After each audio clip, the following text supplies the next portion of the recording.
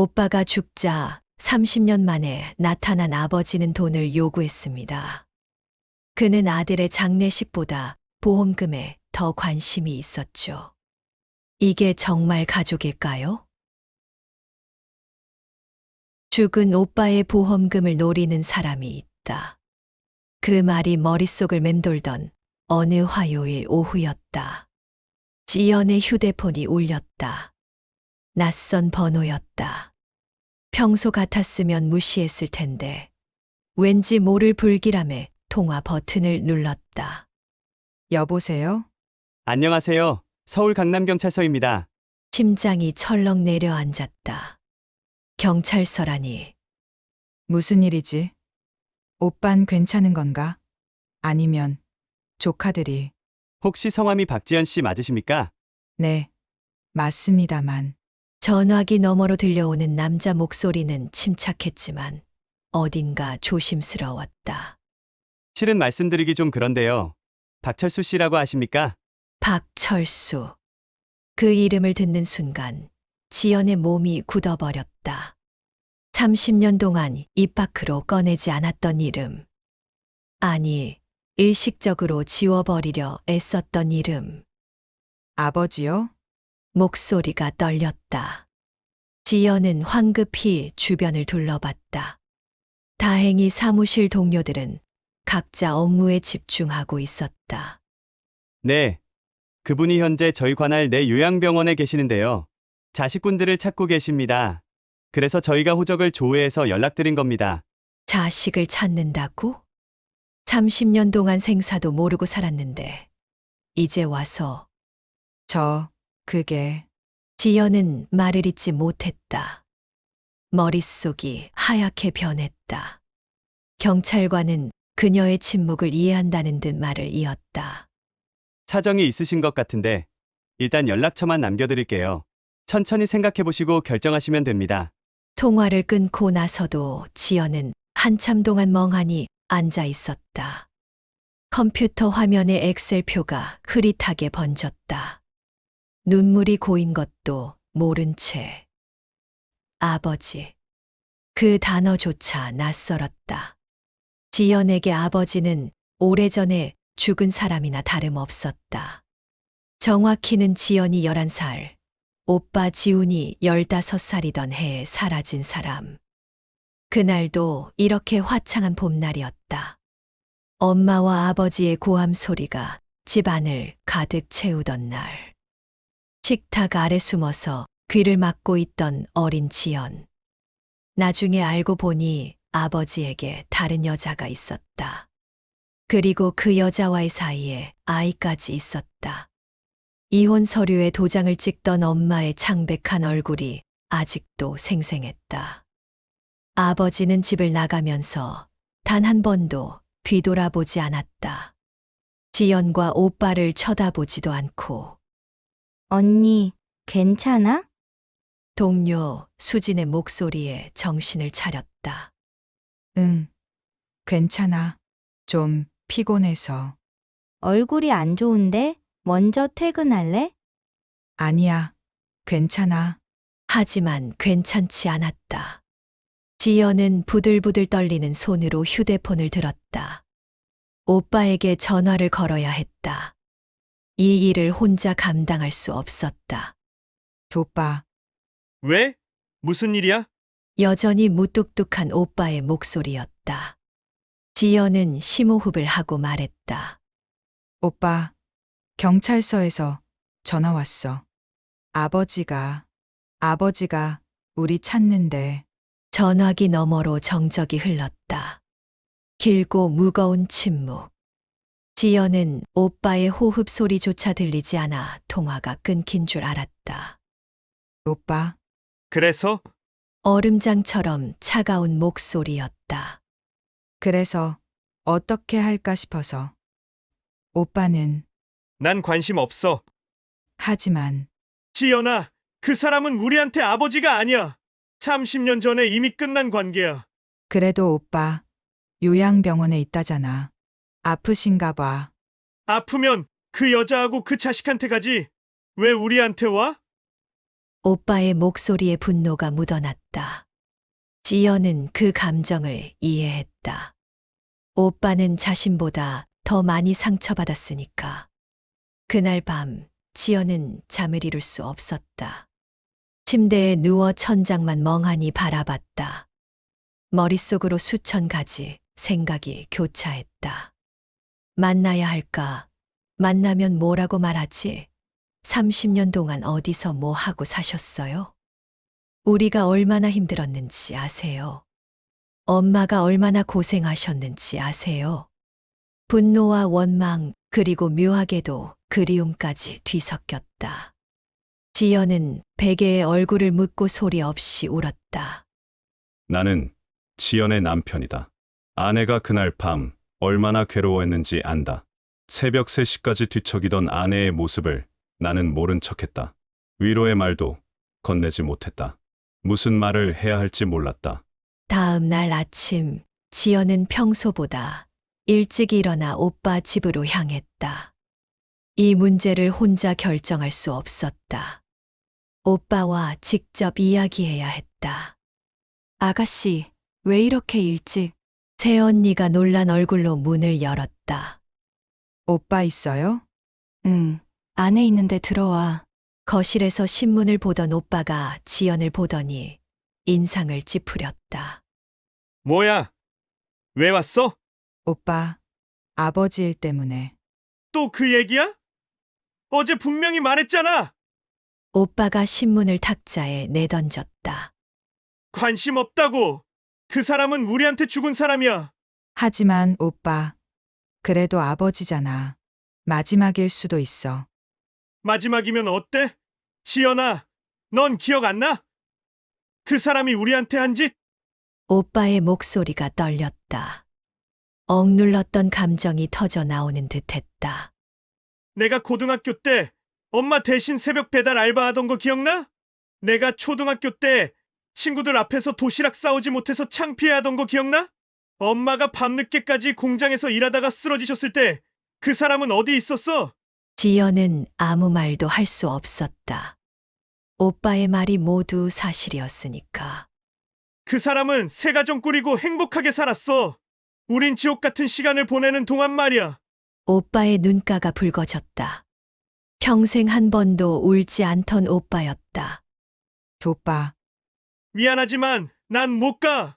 내가 가고 싶으면 너 혼자 가. 나는 그 사람 얼굴도 보기 싫어. 오빠는 자리에서 일어나 방으로 들어가 버렸다.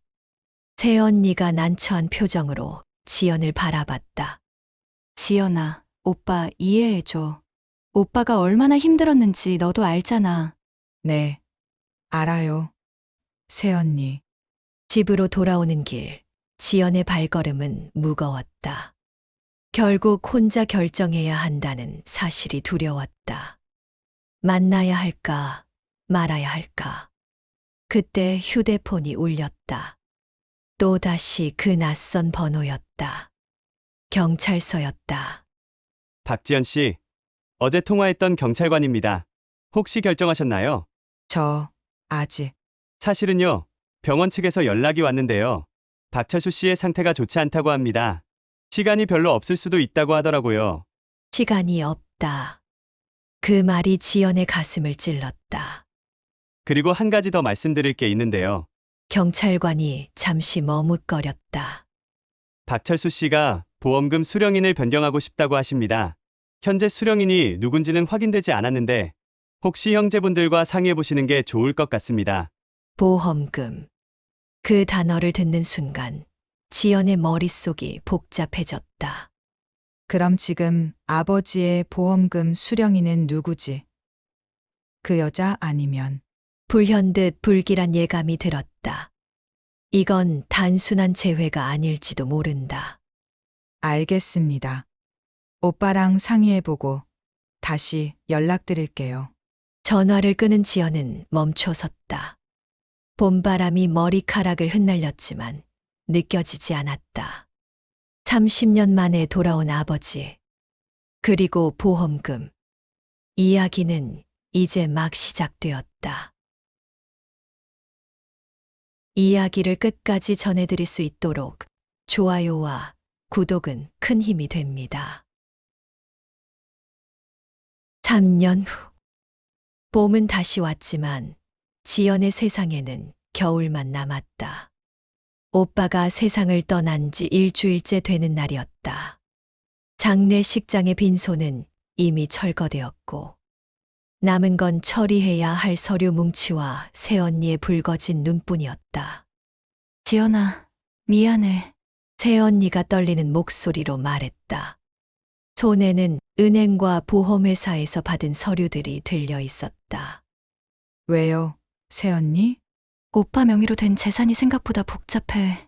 부동산 상속 문제도 그렇고, 보험금 수령도 그렇고, 법무사가 그러는데 아버님 인감증명이 필요하대. 아버지.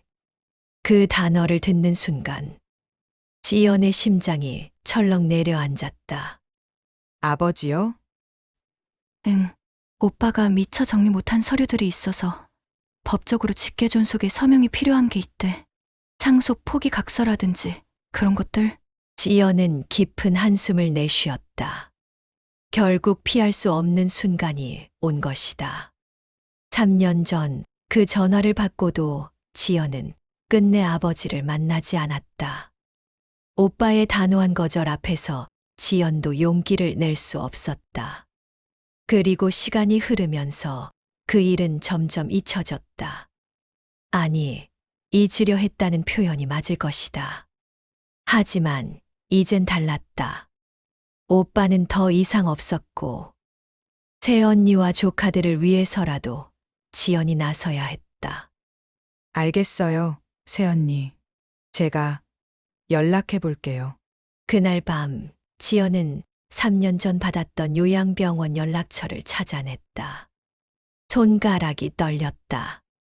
통화 버튼을 누르기까지 한참이 걸렸다. 네, 참사랑 요양병원입니다. 안녕하세요. 박철수 환자와 통화하고 싶은데요. 박철수 환자분, 잠시만요. 잠시 후 간호사의 목소리가 들렸다. 환자분 상태가 좋지 않으셔서 직접 통화는 어려우실 것 같은데요. 보호자분이시면 면회는 가능합니다. 상태가 안 좋다고요? 네, 파킨슨병이 많이 진행되셨고 치매 증상도 있으셔서요. 보호자분은 환자와 관계가 어떻게 되시나요? 딸입니다. 아, 따님이시군요. 그럼 면회 오실 때 신분증 지참하시면 됩니다. 전화를 끊고 지연은 한참 동안 멍하니 앉아 있었다. 파킨슨병, 치매. 그 단어들이 머릿속에서 맴돌았다. 나는 지연의 남편으로서 그날 아내와 함께 요양병원에 가기로 했다. 아내가 혼자 감당하기엔 너무 무거운 짐이었다. 여보, 괜찮아? 차 안에서 지연에게 물었다. 아내는 창밖을 보며 대답했다. 모르겠어. 어떤 모습일지, 뭐라고 말해야 할지. 천천히 생각해도 돼. 내가 옆에 있잖아. 요양병원은 서울 외곽의 한적한 곳에 위치해 있었다. 3층짜리 낡은 건물이었다. 입구에 들어서자 소독약 냄새와 노인 특유의 냄새가 섞여 코를 찔렀다. 박철수 환자 면회 왔는데요. 간호사가 신분증을 확인하고는 3층으로 안내했다. 환자분은 304호에 계세요. 그런데 간호사가 말을 머뭇거렸다. 최근에 다른 보호자분도 자주 오시거든요. 혹시 아시는 분인지? 다른 보호자요? 네, 부인이라고 하시던데. 지연의 얼굴이 굳었다. 재혼한 새어머니. 당연히 있을 거라고는 예상했지만 막상 듣고 보니 기분이 묘했다. 304호 문 앞에 섰을 때 지연은 한참 동안 문고리를 잡지 못했다. 나는 아내의 어깨를 가볍게 두드렸다. 들어가자. 문을 열자 비좁은 4인실이 보였다. 창가 침대에 한 노인이 누워 있었다. 아니, 정확히는 반쯤 앉아 있었다. 떨리는 손으로 물컵을 들려고 애쓰고 있었다. 지연이 그 모습을 보고 움찔했다.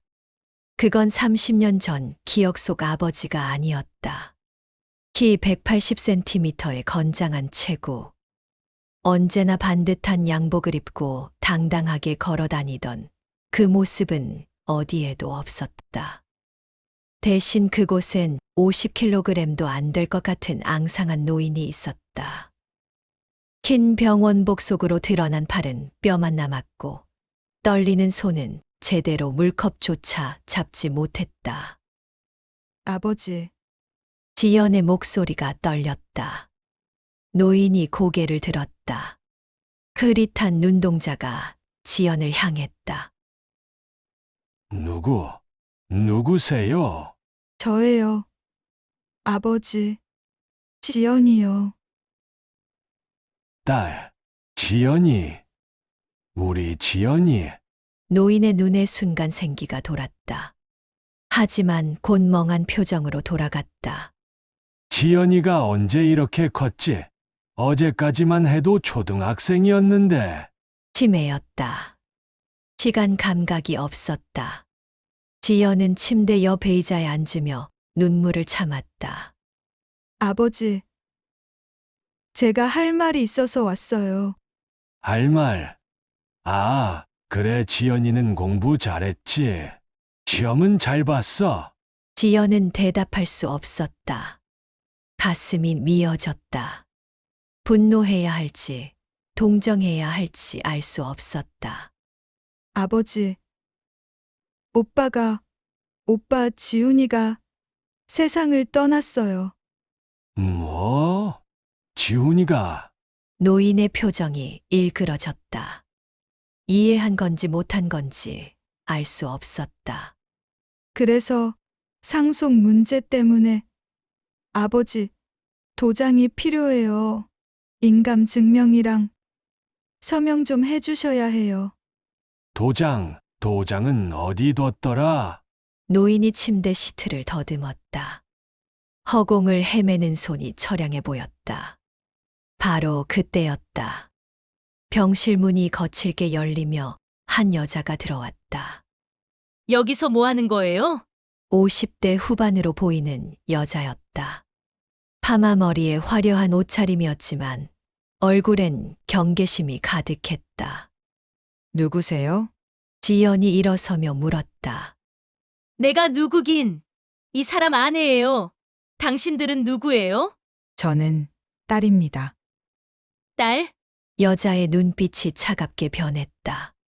30년 동안 한 번도 안 오더니 이제 와서 딸이라고요? 지연은 할 말을 잃었다. 여자의 말이 일리가 있었다. 무슨 일로 왔는지 뻔히 알아요. 돈 때문이죠?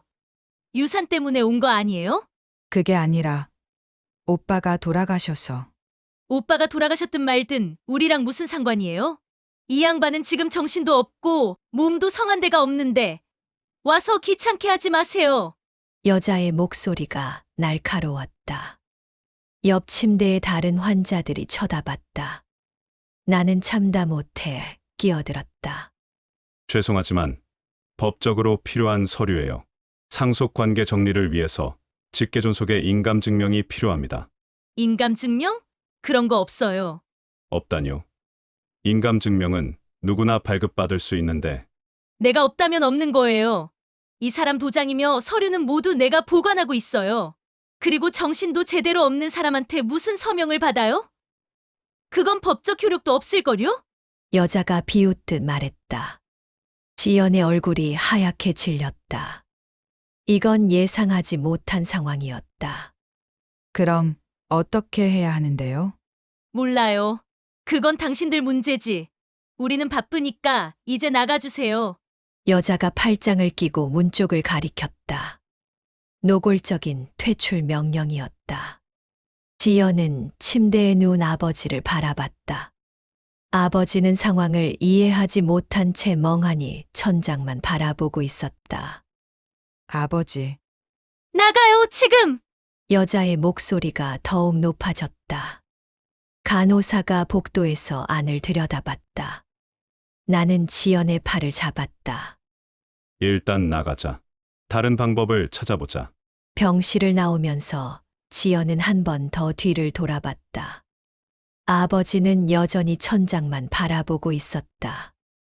복도에 나온 지연은 주저앉을 듯 비틀거렸다. 나는 아내를 부축해 1층 로비로 내려왔다. 이제 어떻게? 저 사람이 인감증명 발급을 막으면 법무사랑 상의해보자. 분명 방법이 있을 거야. 로비 소파에 앉아 있을 때 화장실에 다녀오겠다며 자리를 비웠다. 그런데 화장실로 가는 복도에서 익숙한 목소리가 들렸다. 아까 그 여자였다. 누군가와 통화하고 있었다. 나는 무의식 중에 걸음을 멈췄다. 엿들으려던 건 아니었다. 하지만 들려오는 대화 내용이 심상치 않았다. 그러니까 말이야. 딸이라는 것이 갑자기 나타났어. 아들이 죽었다나 뭐래나. 응, 맞아. 유산 때문에 온 거 뻔하잖아. 잠시 침묵이 흘렀다. 걱정 마. 내가 절대 도장 안 줘. 인감 증명도 발급 안 시킬 거야. 또 다시 침묵이 흘렀다. 그래, 알아. 그 보험금 우리가 받아야지. 당연하지. 우리가 몇 년을 간병했는데, 응? 여자의 목소리가 낮아졌다. 나는 모퉁이에 숨어 귀를 기울였다. 그래, 내 말이 맞아. 차라리 우리가 사망신고를 먼저 해버리는 게 나을 수도 있어. 어차피 얼마 안 남았잖아. 의사가 그랬어. 길어야 몇 달이래. 심장이 멎는 것 같았다. 사망신고를 먼저 한다고. 그게 무슨 의미지? 응, 알았어. 내일 만나서 얘기하자. 그 서류 준비해놔. 응, 끊어? 전화가 끊어지는 소리가 들렸다. 나는 황급히 화장실로 들어가 문을 닫았다. 심장이 미친 듯이 뛰었다. 이건 단순한 상속 문제가 아니었다. 뭔가 더 큰 음모가 있었다. 로비로 돌아왔을 때 지연은 여전히 멍한 표정으로 앉아 있었다. 여보, 우리 일단 나가자. 왜? 무슨 일 있어? 차에서 얘기할게. 차에 타자마자 나는 방금 들은 내용을 지연에게 말했다. 지연의 얼굴이 점점 굳어갔다. 사망 신고를 먼저 한다는 게 무슨 뜻이야? 잘 모르겠어. 하지만 분명 보험금이랑 관련이 있을 거야. 지연은 휴대폰을 꺼내 새언니에게 전화를 걸었다. 새언니, 혹시 아버지 명의로 된 보험이나 재산이 있는지 아세요? 글쎄, 오빠가 그런 얘기는 안 했는데 왜? 아니에요. 그냥 궁금해서요. 혹시 오빠 보험금 수령인이 누구예요? 오빠. 오빠 보험은 당연히 나랑 애들이 수령인이지. 그럼 아버지 보험은요? 아버지 보험. 그건 모르지? 아버지가 들었는지도 모르고. 전화를 끊고 지연은 나를 바라보며 말했다. 이거 심상치 않아. 뭔가 숨겨진 게 있어. 법무사한테 가보자. 그리고 경찰한테도 상담해봐야 알 것 같아. 차를 몰고 가는 동안 지연은 창밖을 바라보며 중얼거렸다. 30년 만에 만난 아버지가 이런 모습일 줄은, 그리고 또 다른 전쟁이 시작될 줄은. 나는 아내의 손을 꽉 잡았다. 앞으로 무슨 일이 벌어질지 알 수 없었지만 함께 이겨내야 했다. 해는 저물고 있었다. 하지만 우리의 싸움은 이제 막 시작되었다. 그날 밤 지연은 오빠의 유품을 정리하다가 낡은 수첩 하나를 발견했다. 오빠의 필체로 빼곡하게 쓰인 메모들이 있었다. 그중 한 페이지에 이런 글이 적혀 있었다. 아버지 박철수 1억 5천만 원 생명보험 가입 확인. 수령인 박지훈, 박지연, 변경 씨도 있음. 주의 요망. 지연의 손이 떨렸다. 오빠는 알고 있었다. 그리고 뭔가를 준비하고 있었다. 하지만 왜 지연에게 말하지 않았을까? 수첩을 넘기자 또 다른 메모가 나왔다. 새어머니 이순자, 의심스러운 행적, 병원비 횡령 가능성, 증거 확보 필요. 지연은 수첩을 꽉 쥐었다. 오빠의 마지막 메시지였다. 오빠, 내가 마저 할게. 약속할게. 창밖으로 달빛이 쏟아졌다. 길고 긴 싸움이 시작될 밤이었다. 일주일 후 법무사 사무실에서 돌아온 지연은 충격에 빠졌다. 오빠의 수첩에 적힌 내용이 모두 사실이었다. 아버지 명의의 생명보험 1억 5천만 원. 수령이는 원래 오빠와 지연이었다. 하지만 3년 전 누군가 수령인 변경을 시도했다는 기록이 있었다. 다행히 본인 확인 절차에서 막혔지만 그 시도는 분명 존재했다. 누가 했을까? 지연은 답을 알고 있었다. 새어머니 이순자. 그 여자 말고는 없었다. 더 충격적인 건 그 다음이었다. 법무사가 건넨 또 다른 서류에는 아버지 명의의 부동산이 기재되어 있었다. 서울 외곽의 작은 상가 건물 하나. 시세로 약 3억 원 정도 된다고 했다. 이걸 새어머니가 알고 있을까요? 당연히 알겠죠. 같이 살았는데 법무사의 대답이 냉정했다. 그럼 왜 숨기려고 하는 거죠? 글쎄요. 독차지하려는 거겠죠. 법적으로는 따님과 오빠분이 상속 1순위예요. 하지만 배우자도 권리가 있죠. 문제는 오빠분이 돌아가셨으니 그 몫을 어떻게 처리할지가 복잡해요. 그러면 제가 어떻게 해야 하나요? 일단 아버님께 직접 의사를 확인하셔야 해요. 치매가 있으시다고 했죠? 법정 대리인을 선임해야 할 수도 있어요. 법정 대리인이요? 네. 본인이 정상적인 판단을 못하는 상태니까요. 하지만 그 과정도 만만치 않아요. 배우자가 반대하면 법적 다툼이 길어질 수 있습니다. 지연은 한숨을 내쉬었다. 머리가 복잡했다.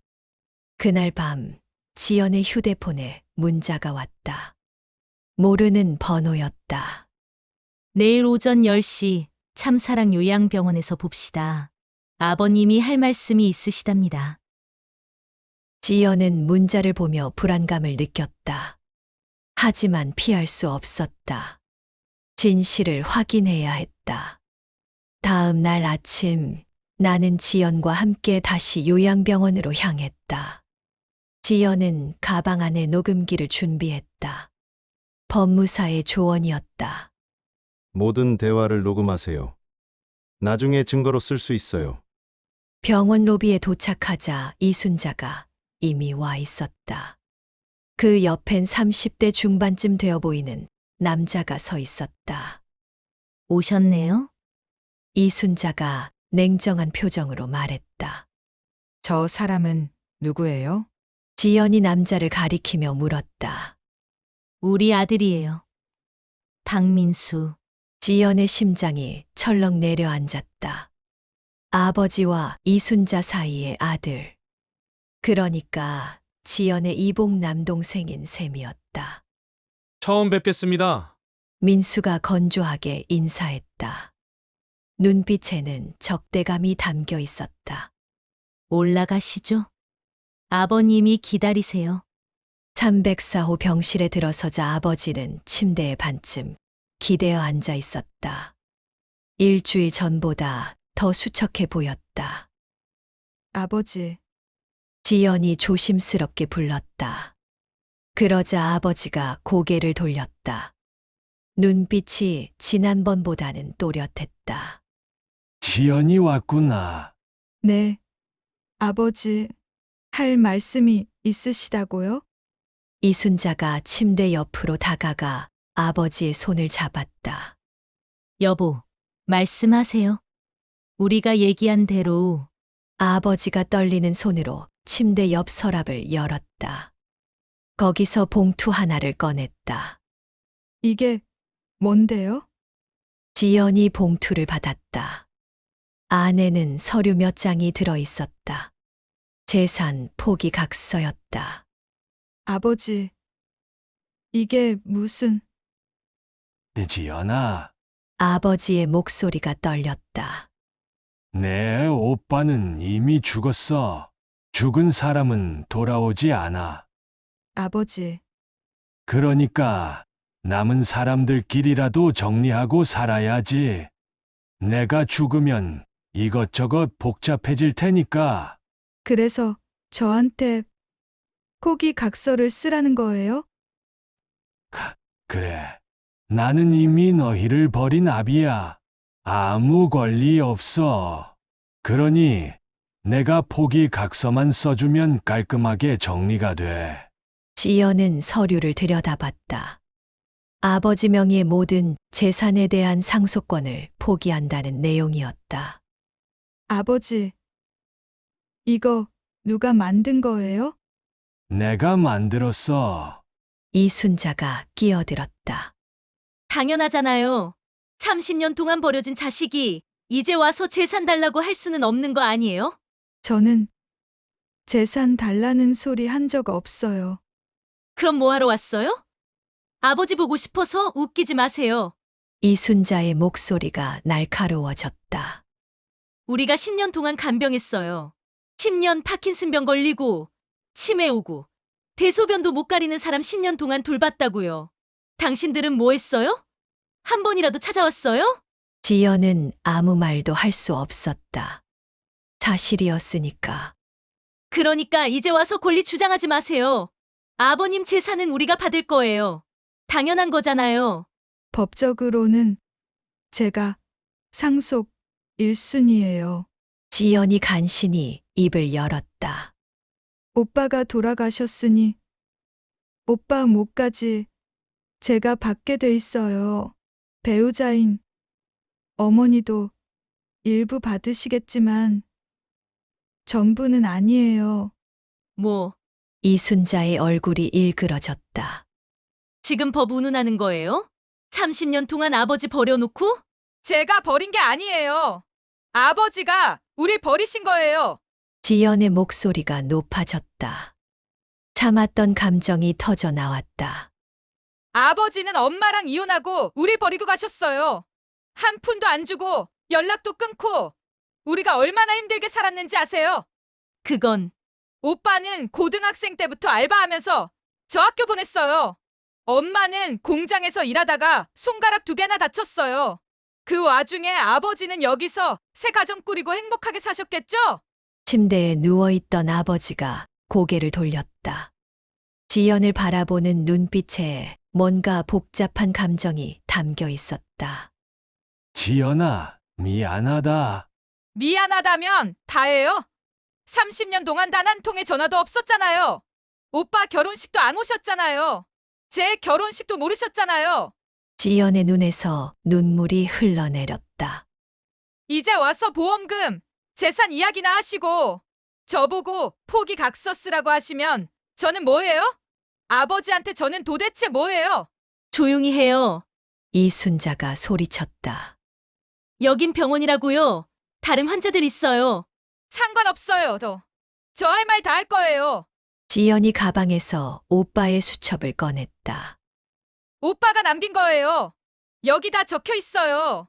아버지 보험금 수령인 변경 시도한 거, 병원비 횡령 의심되는 거, 전부 다요. 이순자의 얼굴이 하얗게 질렸다. 뭐라고? 제가 법무사한테 다 확인했어요. 3년 전에 누군가 보험금 수령인을 변경하려고 했대요. 아버지 도장 위조해서요. 그건 오해예요. 오해? 증거가 다 있는데요. 지연이 또 다른 서류를 꺼냈다. 보험회사에서 받은 변경 시도 기록이었다. 그리고 이것도 있어요. 아버지 병원비 청구 내역이요. 실제로 쓴 돈보다 훨씬 많이 청구됐더라고요. 차액은 어디로 간 거예요? 당신이 뭘 안다고 그래요? 이순자가 소리쳤다. 당신이 10년 동안 간병이 얼마나 힘든지 알아요? 하루하루가 지옥이었어요. 그런데 겨우 그 정도 돈으로 뭐라고 해요? 그 돈은 아버지 돈이에요. 어머니 돈이 아니고요. 어머니라고 부르지 마요. 난 당신 엄마 아니에요. 이순자가 지연에게 다가왔다. 눈빛이 험악했다. 알았어요. 좋아요. 법대로 하자고요? 그럼 우리도 가만히 있지 않을 거예요. 무슨 뜻이에요? 당신 오빠, 아버지 학대로 고소할 거예요. 뭐라고요? 당신 오빠가 3년 전에 여기 와서 아버지한테 돈 달라고 협박했어요. 그것 때문에 아버지 병세가 더 악화됐고요. 우린 증인도 있어요. 지연은 믿을 수 없다는 표정으로 이순자를 바라봤다. 그게 사실이에요. 침대에 누워있던 아버지가 고개를 끄덕였다. 아니, 끄덕이는 것처럼 보였다. 파킨슨 증상인지 의도인지 알 수 없었다. 봤죠? 아버님도 인정하셨어요. 그러니 이제 그만하고 포기각서나 쓰세요. 안 그러면 당신 오빠 명예가 어떻게 되든 우린 몰라요. 나는 참다 못해 끼어들었다. 협박하시는 거예요, 지금? 협박! 이건 사실을 말하는 거예요. 민수가 처음으로 입을 열었다. 저도 그때 현장에 있었어요. 박지훈 씨가 우리 아버지한테 욕하고 소리 지르는 거 다 봤어요. 거짓말! 지연이 소리쳤다. 오빠는 그런 사람 아니에요. 증거가 있어요. 민수가 휴대폰을 꺼내 화면을 보여줬다. 동영상이었다. 화면 속에는 오빠 지훈의 모습이 보였다. 병실에서 아버지에게 소리를 지르고 있었다. 30년 동안 뭐 했어요? 이제 와서 자식 찾는다고? 돈이나 남겨요, 돈이나! 지연은 휴대폰을 빼앗아 자세히 봤다. 분명 오빠였다. 하지만 뭔가 이상했다. 영상이 편집된 것 같았다. 이거 조작한 거잖아요. 조작! 원본 파일 있어요. 원하면 경찰에 제출할 수도 있어요. 민수가 비웃듯 말했다. 지연의 손이 떨렸다. 오빠는 왜 이런 말을 했을까? 정말 돈 때문이었을까? 아니야. 오빠는 그런 사람이 아니야. 제가 법적 조치를 취하겠어요. 지연이 떨리는 목소리로 말했다. 변호사 선임해서 정식으로 상속 절차 밟을 거예요. 그리고 어머니가 하신 모든 불법 행위도 고발할 거고요. 좋아요. 그럼 우리도 가만히 있지 않을 거예요. 이순자가 팔짱을 꼈다. 당신 오빠 학대건으로 고소하고 당신도 아버지 버린 죄로 고소할 거예요. 피는 물보다 진하다면서요? 그럼 왜 30년 동안 안 찾아왔어요? 그것도 법적으로 문제되거든요. 말도 안 돼요. 안 되는 게 뭐예요? 법은 우리 편이에요. 우린 10년 동안 간병했고 당신들은 버렸어요. 누가 봐도 명백하죠. 지연은 더 이상 참을 수 없었다. 가방을 들고 일어섰다. 좋아요. 법정에서 봐요. 정정당당하게. 그러시죠. 우리도 준비 다 돼 있어요. 병실을 나서는 순간 뒤에서 아버지의 목소리가 들렸다. 지연아, 미안하다. 지연은 뒤돌아보지 않았다. 돌아보면 무너질 것 같았다. 복도를 걸으며 나는 지연의 어깨를 잡았다. 괜찮아? 아니, 괜찮지 않아. 하나도 괜찮지 않아. 지연의 목소리가 떨렸다. 오빠가 정말 저런 말을 했을까? 돈 때문에 오빠가. 영상이 편집됐을 수도 있어. 전후 맥락을 잘라냈을 수도 있고. 그래도 오빠 목소리는 진짜였어. 오빠가 저런 말을 한 거 맞아. 지연이 주저앉을 듯 비틀거렸다. 나는 아내를 부축해 벤치에 앉혔다. 일단 진정하자. 우리 증거 다 챙겨서 변호사한테 가자. 증거 맞아. 증거. 지연이 가방을 뒤졌다. 녹음기, 서류, 오빠의 수첩. 모두 챙겨왔다. 이걸로 충분할까? 충분해. 그리고 우리한테 유리한 증거도 많아. 보험금 변경 시도 기록, 병원비, 횡령 20내역, 전부 다. 지연은 고개를 끄덕였다. 눈물을 닦고 일어섰다. 가자. 변호사 사무실로. 차에 타서 병원을 빠져나올 때 백미러로 병원 건물이 보였다. 3층 창문 너머로 누군가 이쪽을 바라보고 있었다. 아버지였다. 떨리는 손으로 창문을 짚고 서 있었다. 지연도 그 모습을 봤다. 하지만 아무 말도 하지 않았다. 피는 물보다 진할까? 아니면 돈보다 얇을까? 지연은 아직 답을 몰랐었다. 다만 한 가지는 확실했다. 이제 더 이상 물러설 곳이 없다는 것. 싸워야 한다는 것. 오빠를 위해서라도. 변호사 사무실로 가는 길, 지연은 휴대폰으로 새언니에게 문자를 보냈다. 새언니, 오빠가 3년 전에 아버지를 만나러 간 적 있어요? 이유가 뭐였는지 아세요? 잠시 후 답장이 왔다. 그때 오빠가 암 진단 받았어. 치료비 때문에 아버지한테 도움 요청하려고 갔었는데 돌아와서 아무 말도 안 하더라. 왜? 지연의 눈에서 다시 눈물이 흘렀다. 오빠는 돈을 요구한 게 아니었다. 도움을 청했던 것이다. 아픈 몸으로 마지막 자존심을 버리고 아버지를 찾아갔던 것이다. 하지만 그 모습은 왜곡되어 협박이 되어버렸다. 여보, 오빠는 잘못 없어. 오빠는 알아. 나도 알아. 나는 지연의 손을 꽉 잡았다. 이제 진실을 밝혀야 해. 반드시. 변호사 사무실에 도착했을 때는 해가 저물고 있었다. 하지만 우리의 싸움은 이제부터였다. 진짜 전쟁은 지금부터 시작이다. 6개월 후. 법원의 최종 판결문을 받아든 날, 지연은 오랜만에 평온한 표정을 지었다. 원고 박지연의 손을 들어줍니다. 판사의 목소리가 법정에 울려 퍼졌을 때 이순자의 얼굴은 창백하게 변했다. 민수는 고개를 떨구고 있었다. 피고 이순자의 보험금 수령인 변경 시도는 명백한 사문서 위조에 해당하며 병원비 부당 청구 역시 횡령으로 판단됩니다. 따라서 피고는 원고에게 부당 이득금 전액을 배상할 것을 명합니다. 판결은 명확했다. 아버지 명의의 생명보험 1억 5천만 원은 원래 수령인인 지연과 오빠의 몫으로 돌아갔다.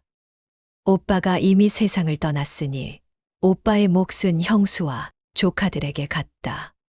부동산은 배우자인 이순자가 3분의 1을, 지연이 3분의 1을 상속받았다. 법적으로 정당한 배분이었다. 하지만 아버지에게는 제재가 따랐다. 자녀에 대한 부양 의무를 방기했다는 이유로 상속권 일부가 제한되었다. 향후 지연이나 새언니가 아버지에게 부양 의무를 질 필요가 없다는 판결이었다. 항소하지 않으시겠습니까? 변호사가 이순자에게 물었지만 그녀는 고개를 저었다. 더 이상 싸울 힘도 명분도 없었다. 법정을 나서면서 지연은 뒤돌아봤다. 이순자와 민수가 어두운 표정으로 앉아 있었다. 아버지는 오지 않았다. 거동이 불편해서라는 핑계였지만 지연은 알고 있었다. 아버지는 두려웠던 것이다. 딸의 얼굴을 마주할 용기가 없었던 것이다. 끝났네. 나는 지연의 어깨를 가볍게 두드렸다. 응, 끝났어. 하지만 지연의 목소리에는 기쁨이 없었다. 승리했지만 개운하지 않았다. 뭔가 허전하고 씁쓸했다. 이게 정말 우리가 원했던 걸까? 무슨 말이야? 오빠는 이걸 원했을까? 가족끼리 법정에서 싸우는 걸? 나는 대답할 수 없었다. 지연의 질문에는 답이 없었다. 법원에서 나와 차에 탔을 때 지연은 창밖을 바라보며 말했다. 외할머니 산소에 가고 싶어. 오빠한테 알려줘야 해. 외할머니는 10년 전에 돌아가셨다. 경기도 어느 야산에 작은 봉분이 있었다. 지연과 오빠가 어렸을 때 그들을 키워준 분이었다. 산소에 도착했을 때는 해가 뉘엿뉘엿 지고 있었다. 가을 단풍이 곱게 물들어 있었다. 외할머니 묘 옆에 오빠의 묘가 있었다. 새언니의 뜻이었다. 외할머니 곁에 모시고 싶다고 했다. 오빠, 지연이 묘 앞에 무릎을 꿇고 앉았다. 끝났어. 우리 이겼어.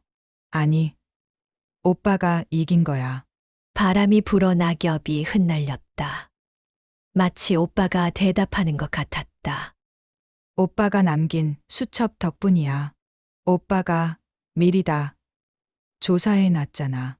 그게 결정적인 증거가 됐어. 지연의 눈에서 눈물이 흘렀다. 오빠, 미안해. 내가 진작 알았어야 했는데. 오빠가 아파서 아버지한테 갔을 때 내가 함께 갔어야 했는데. 나는 조금 떨어진 곳에서 지연을 지켜봤다. 아내에게 혼자만의 시간이 필요했다. 한참을 그렇게 앉아있던 지연이 일어섰다. 손으로 눈물을 닦고 미소를 지었다.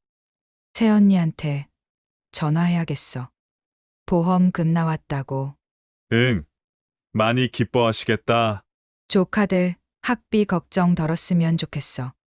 그게 오빠가 가장 원했던 거니까. 집으로 돌아가는 길, 지연의 휴대폰이 울렸다. 요양병원에서였다. 박지연 님이시죠? 환자 박철수 님이 오늘 갑자기 상태가 안 좋아지셔서요. 혹시 면회 가능하신가요? 지연은 한참 침묵했다. 나는 운전하면서 아내를 쳐다봤다. 어떻게 할래? 모르겠어. 가야 하나? 내 결정이야. 후회하지 않을 선택을 해. 지연은 긴 한숨을 내쉬었다. 가볼게요. 지금 갈게요. 병원에 도착했을 때는 밤 8시가 넘어 있었다. 304호 병실 문 앞에 섰을 때 지연의 발걸음이 멈췄다. 들어가자. 나는 지연의 손을 잡고 문을 열었다. 병실 안은 조용했다.